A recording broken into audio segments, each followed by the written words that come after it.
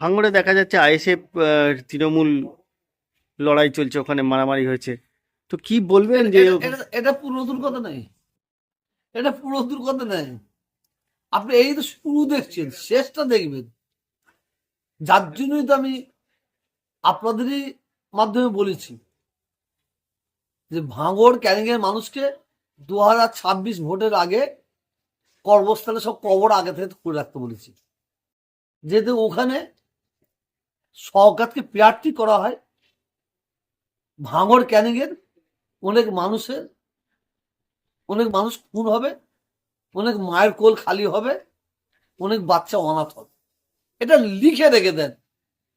পশ্চিমবাংলার সরকার, মমতা ব্যানার্জি, অভিষেক যদি চাই যে ভাঙড়ের সংখ্যালঘু মুসলমানদের মায়ের কোল খালি হোক, সংখ্যালঘু বোনেরা বিধবা হোক, তাহলে সরকারকে টিকিট দেওয়া হোক।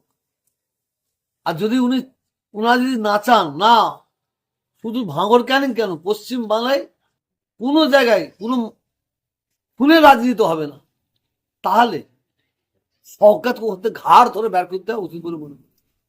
সরকারের পরিচয় আছে, সরকারের বড় পরিচয় ভাঙড় ক্যানিং এর মানুষ দিয়েছে। ও একটা খুনি, ও হচ্ছে একটা খুনি, ও হচ্ছে একটা কি বল জঙ্গি, তুলাবাজ।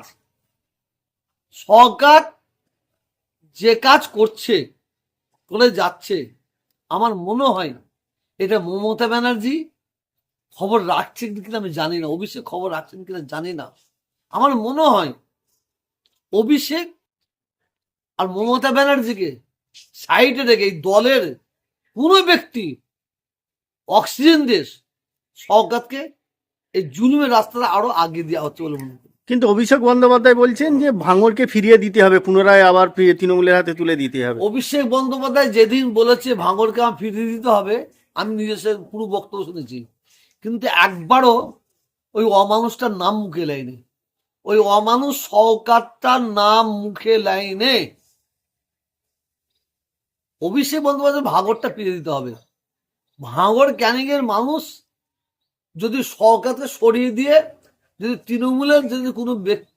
তৃণমূলের দল যদি একটা বাঁদরকে যদি প্রার্থী করে, তার জিতে যাওয়ার সম্ভাবনা আছে। কিন্তু সরকারকে যদি টিকিট দেয় ভাঙড় ক্যানিং এ, জিতা তো দূরের কথা, ও জিতার বদলে ও অনেক মায়ের কোল খালি করে ফেলবে, কিন্তু অত্যাচার বাড়িয়ে দিচ্ছে, আরো বাড়াবে। কিন্তু দেখা যাচ্ছে ওনাকে তো আরো দায়িত্ব বাড়িয়ে দেওয়া হচ্ছে, দায়িত্ব থেকে সরানোর থেকে। মমতা ব্যানার্জিকে এইভাবে বলা হচ্ছে, সরকার ছাড়া কেউ ওখান থেকে বের করতে পারবে না, ওখানে সরকারকে টিকিট দিতেই হবে। সরকার ছাড়া ভাঙড় ক্যানিং এর মানুষ ভাঙড় ক্যানিং থেকে বের করতে পারবে না। মানে মমতা ব্যানার্জিকে এইভাবে বলা হচ্ছে। মমতা ব্যানার্জি তো উনি কোনোদিনই চাইবেন না যে ভাঙড় ক্যানিং এ খুনাখুনি রাজনীতি হোক, বাংলায় খুনাখুনি রাজনীতি হোক।